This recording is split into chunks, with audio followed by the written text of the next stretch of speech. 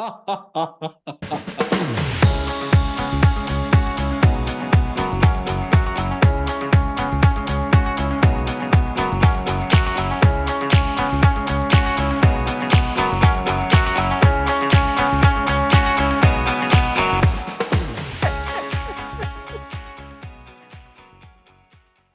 right. Hi, Trevor, and welcome to Laughter Lab, my new podcast. So I'm so happy to have you here. How are you doing today? Stefano, thank you for having me. I'm doing great. I'm excited to have a chat with you today. Yay, awesome. Well, thank you again for your time, and for giving me this opportunity. So first of all, why don't you, I know about you, I know about what you do, which I really like, but some other folks out there might not. So maybe can you briefly tell me what is it that you do? I facilitate dangerous conversations.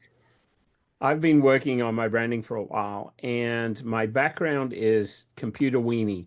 I've been a technologist for over 40 years all across the world. I've worked in many parts of the world, and I started speaking a long time ago doing technical things at conferences, and that turned into motivational speaking at tech conferences, which is really fascinating because nobody actually would read the abstract for my motivational session. They just turn up because it had a cool title and it sounded like techies needed that. And what I discovered was there's a lot of people who need one, balance, and two, they actually need to understand what they're missing in their life. They don't know who they really truly are and what they can contribute to the planet, to just their own sphere of influence. So I started talking about that, and I did some street theater in Texas at the Texas Renaissance Festival near Houston. And I discovered that putting on a costume and entertaining people for 12 hours a day on 2 days on a weekend was joyful, and to make people laugh and the expressions that they would get and the confusion on their faces, you took them on a journey, and that turned into really good improv training for standing on a stage doing motivational speaking. So now I am working on being a full-time motivational speaker. The challenge I have is that I teach storytelling, slide craft, and stagecraft, and people want me to do that for them. So I'm writing stories for business, writing stories for individuals, and I'm guiding people to be a better speaker. And I'm doing both of those things at the same time, as well as stepping into my own motivational speaking. And I always said that my epitaph on my grave would be Trevor Perry in your face. And because I look at the world with a different perspective and I offer that, it is a little bit challenging for a lot of people. And that's why we came up with Dangerous Conversation. So I have a new philosophy, and the way that that's represented to the world is through the School of Dangerous Ideas. And everything I do falls under that, challenging people to take on things that would have been dangerous to them because they were told to do something a certain way, and they haven't rebelled yet against it to be truly them. And that's dangerous. So that's what I do. That's fantastic. I love it. This is so great. And also, look, I did a lot of street performing too back in the days. I mean, mainly in Europe. So we share similar things, and that's I do. And yes, I agree with you that it's such an interesting thing to. For me, street performing was really a lot. There was a lot of like you see like the psychology of people, how people react, what people do, what makes them laugh, what doesn't Yes. works. It's very interesting to me. And Yes. for me, being also an actor, it's that one of the main like street theater is like it's very like straight away if things are working or not, right? Yep. If people walk away, that means the things you're doing is not Yep. really working, right? It's a very Yep. good. I don't know. It's intense. I mean, it could be very painful, when things are not Yep. working. But I think it's a very good thing. So, a very good skill. But anyway, here in this podcast, I talk about, I mean, what I believe in, like laughter and humor, how powerful those things are when, to help people connect and also help people in business. But before we dive deeper into that, I want to know like what is like the relationship that you have with laughter and humor in your life? What role did that play? And also, I'm interested to know if like maybe when you were growing up, if there was, you know, somebody or some, I don't know, something in the somebody, yes, in the family that you felt like, oh, that person was really funny, or I remember that, you know, person like always, I don't know, do funny things or telling jokes that really like, you know, I still have it there. I don't know. Well, everyone has a favorite uncle, and my favorite uncle was Graham, and he would play silly little jokes. And I remember the last time his mother, my grandmother, was alive, and we had a birthday party for him. He walked out with a waiter's white towel over his arm, pretending to be the waiter, just silly things like that. For me, it was more about the fact that I was bullied when I was a kid. And generally, what happens in those instances, and this is what happened to me, is my defense was to be silly. Mm, And so I would stand out as the silly kid rather than the little weak mm, spined, one of the bullies used to send his brother over to punch me in the face so that I would cry. mm, Well, I would go home and I would hang out with my cousins and I would be entertaining, doing street theater for family, if you will. And so for me, growing up, I could always get a laugh out of somebody, and that brought me joy. The mm, joy of being able to see somebody laugh and, standing in street theater and mm, being able to invoke laughter and joy in people's eyes yes. and the way they would light up when you showed them something, entertained them something. That's an extension for me of everything I did as I was growing up. Mhm, And that's really the history of it all. I found that it also helped me understand who I was. If I had this ability to make people laugh, to entertain people, to bring joy, then I have value on the planet. mm, And that would be if I've ever made a difference in somebody's life, that was going to be my mission. mm, And this is how I do it with that style. Certainly, I bring a perspective that you may not have thought of before because of my unique background. I always say I'm an Australian of Irish heritage, living in America, putting on a fake English accent in a Texas Renaissance Festival, doing street theater. Even that, when I say that, makes people laugh because it's just unexpected. And the unexpected is this brain likes to soak in information and how it comes out sometimes unexpected, even from me. And mm, that joy that I can bring truly changes my day. And I know it changes other people's day. And that to me is valuable. It's a valuable asset to have. And then mm, if I can take that to and leverage that with my keynote motivational speaking, yes. then everything I've ever done has been worth it. And I've got to get better at it. You don't stagnate, you don't sit in the same place. You have to keep growing. And for me, I've been doing some open mic stand-ups. Mm, And what's funny about that is that stand-up comedy can be really entertaining and funny and make people laugh. But I did it through open mic stand-ups. mm. And open mics, the only people in the audience are other stand-up comics who are waiting to do open mic. So there's no laughter. So it's really difficult. But then I actually got to do a comedy show and I got the laughter for all the things that I had been practicing. And it's joyful, it's rewarding, and I think it makes not just my life richer, but it makes the world a richer place to be in. Oh, I totally agree with you. I have funny you share about your stand-up experience. I had a similar experience like doing comedy in the Middle East. I was actually in Dubai, and it was interesting because I remember walking down the street and seeing a sign said, "Do not show public affection." So that was interesting, different culture. So even laughing like publicly was kind Yep, of like, this is a strange thing. So yep, doing a show, a comedy show in front of a huge crowd, and like people are not laughing, actually it was hard, right? And then yep, what I noticed is like before people will allow themselves to laugh, they will look at each other. They will to make sure that this person is laughing, so I can yep, laugh too. Very yep, interesting, right? yep. But translating this to like the workplace or like the work culture, I'm just wondering, how do you think like humor impacts like companies or the workplace culture? Well, I wrap humor into play, and I have a presentation that I call Play as a Four-Letter Word. Mhm. And the history of that is that when you are, a kid, you play, and when you're an adult, you stop playing. Why? Why do you stop playing? And the answer is very psychologically deep, and I don't have all the scientific answer, but the answer is it's frowned upon to play. And there's levels of play. A lot of play can be uh, fun, playing pranks on co-workers. You've seen a lot of videos and memes of cubicles completely covered in post-it notes. And what that causes is that causes laughter.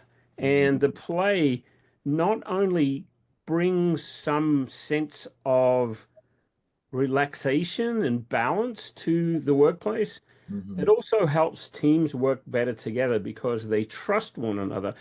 Play can be destructive for sure, absolutely, but we don't encourage destructive play. Yes. It's play is not slashing someone's tires. Mm. Play is somebody putting somebody's chair so that when they sit on it, it collapses and they fall a foot.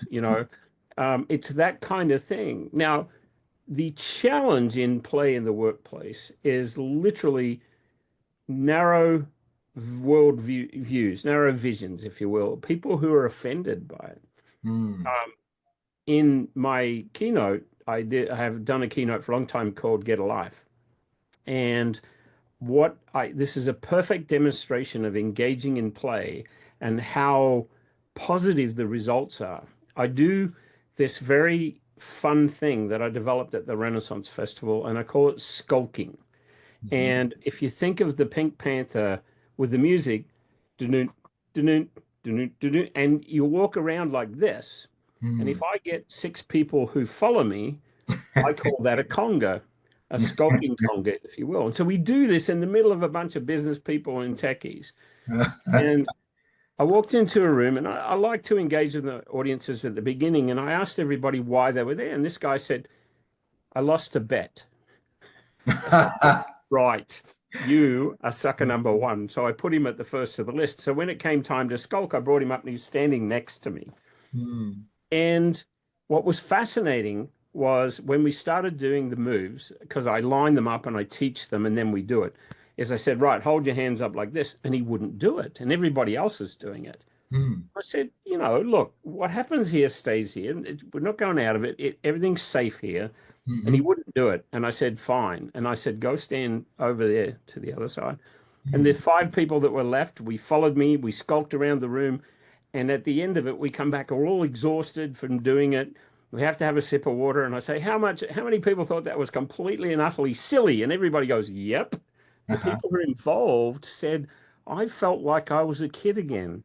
I Oh. got play out of that. That brought me back to a place where I Mhm. truly felt at ease with who I was. And that guy Mhm. standing over there, then I Yes. made a point of saying, who stands out?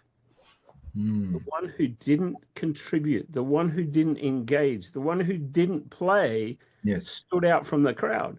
And you're not ever going to get everybody to play, but Mhm. the rest of the people, it had a life-changing difference in playing. And they laughed, and the audience laughed, and Mhm. together we had an experience that was shared, and Mm. now we're all closer together.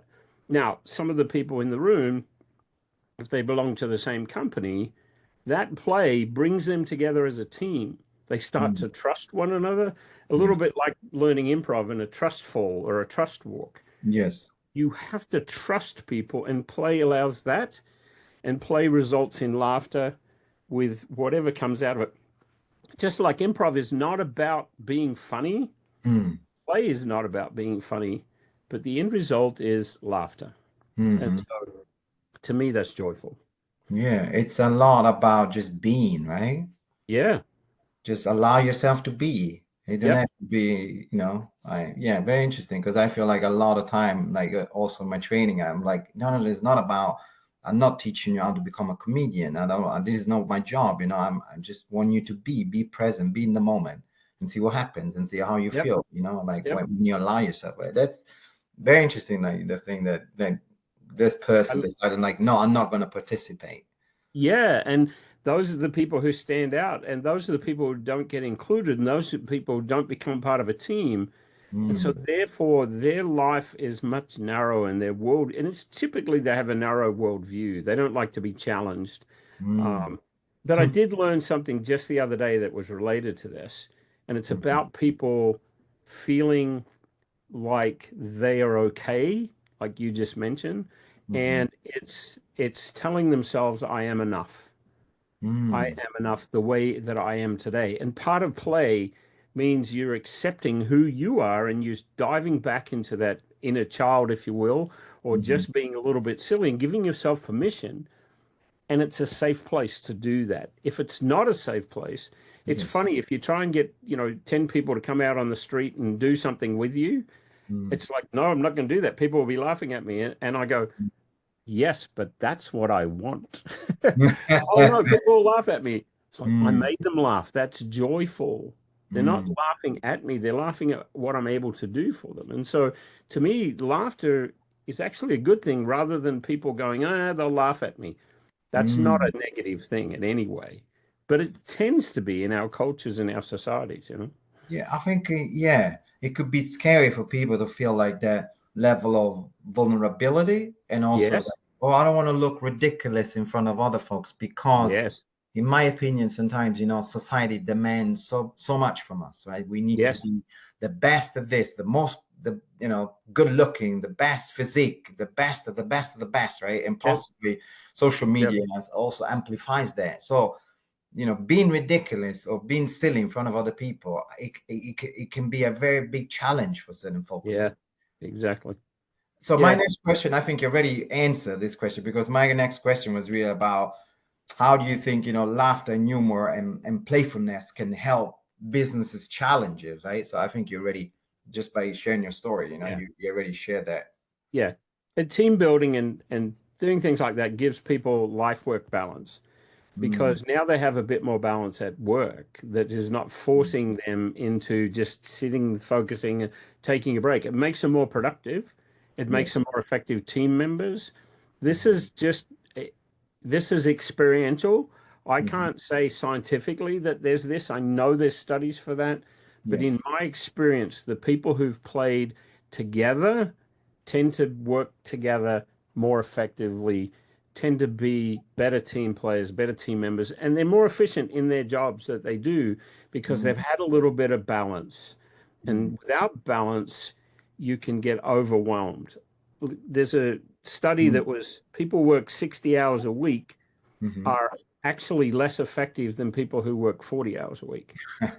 And it's just funny because 40-hour people a week people tend to have some life balance. 60-hour week people are focused on that one job and got to get it done and doing everything they can.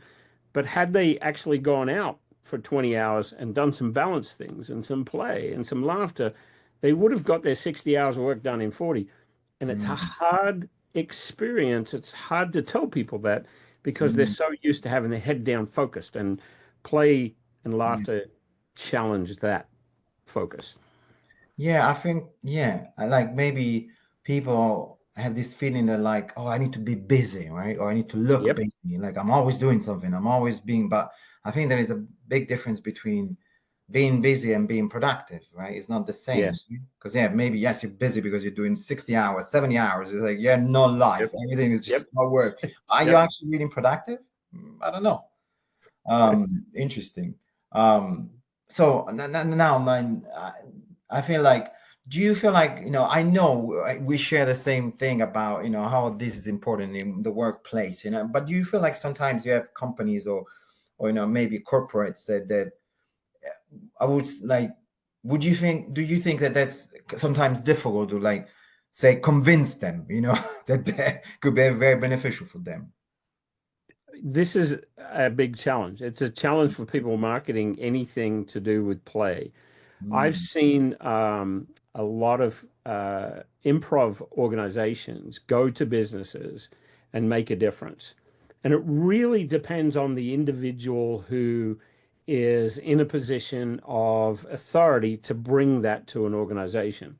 Mm-hmm. If they see value in this, and this is again where a narrow worldview happens, Mm-hmm. there's a joke in technology that, and it's not really a joke as much as it's true and it's sad, but when a programmer does a really good job at programming, they promote them to be a manager where they have zero experience and they're really bad at it. And all they know what to do is to code the way they coded the day they were promoted. And Mm-hmm. technology moves way faster than that. So they're forcing things into an organization. And when you see managers in IT like that, they would never consider anything like play or improv or laughter or Mm-hmm. comedy or anything, not even taking your team out to, a stand-up comedy event. Right. There's just no, their importance, their self-importance means that they're not looking at the benefits that these things would bring. And it's really hard. You can write down a lot of benefits, but it becomes the same as everybody else and it becomes marketing, which is for me, which is why I talk about dangerous ideas and dangerous conversations. Mm. And again, I'm not going to be able to sell to the people who don't believe in the value of extracurricular activity, maybe not even extra training, and Mm. not even professional development or personal development. And you'll get organizations, you might get a very large organization with a small division who believes in that, and they might have you come in and do that work with them, but the rest of the organization doesn't follow it. It's just that one organization. So it's not very common. Mm. There's a lot of HR people who are looking for new ways and creative ways. And Mm. to me, finding the HR organizations, and I actually presented my Power of Play in 8 minutes to SHRM, the Society of HR Managers in Austin last year. And I didn't even know how to begin. And I actually said, what happens here stays here. And I actually asked them all, the whole room of 300 people, I said, right, what I'd all like you to do is to play for one moment. I'd like you to put your finger on your nose and go, and they all did. And at the end of it, now I don't know that they all did because there's going to be people who are going to be, Mm. I'm not going Right, to ask right, them to do that. And right. at the very end of it, and I said, I only have one thing to say. And I went, and I walked off stage. I had the whole crowd laughing, but Mm. they had engaged and involved in that. And the people who were engaged Mhm. left that room with a different attitude. And Mm. the people who didn't were not Yes. going to reach them. And that's the sad part of this. You can teach them, you can tell them, you can write articles, you can blogs, you can podcast, you can, get in their face. But there are people who won't budge. And sometimes it's not worth that. Now, there are other tricks that you can do, Mm. which is maybe your employees could get you in to do Mhm. that. In Mhm. fact, one of the stories that I tell is not mine, it's one I heard, but a bunch of people didn't like their manager. Mm. And so what they did was they got his resume and they sent it out to several different companies. And one of the companies offered him an interview and then a job. So they actually got him out of there by sending him his. He never knew. He was none the wiser. But oftentimes teams can be more united than that person in charge and that authority. And that's another way Mm. for teams to get together and play and learn more about humor and laughter. Yes, I love it. So that leads to the next question. So let's say I'm one of those folks. I'm a CEO, I'm a manager, or somebody that wants to bring more humor and more laughter in my company. What are some things that I could do, or do you have any like suggestion of things that I could do? Simple stuff that I could do. So, uh, in when I lived in Austin 25 years ago, I studied improv under the tuition of a young man who is my improv mentor. And he started by teaching me at a local college acting for business professionals. Mm. And then he and I started taking improv to technology events. And improv is a really fascinating place to start. Yoga is scary because it's weird to some people. Improv, the only challenge that people have in improv is I'm not funny. Mm. And if you can teach improv, now what improv does is improv allows and provides for you to learn a set of skills that enable you to handle a situation that's unexpected Yes. by practicing those skills. And then when something happens to you, now I was speaking in Great Falls, Montana, and I have slides, and the power went off, and Mm. the room was sunny, so it was okay. But when the power came back on, I plugged my computer back in, got it all started up again, and I never stopped because I knew my presentation well. But Mm. essentially, I had to improv because I had to improv what I was talking to them about and doing that all at the same time. And they said, "We've never seen anybody able to do that." Improv is also handling hecklers for speakers, and teaching improv for speakers is key. But teaching improv, one of the improv things we did was brainstorming and having sessions that were working on a situation and role playing.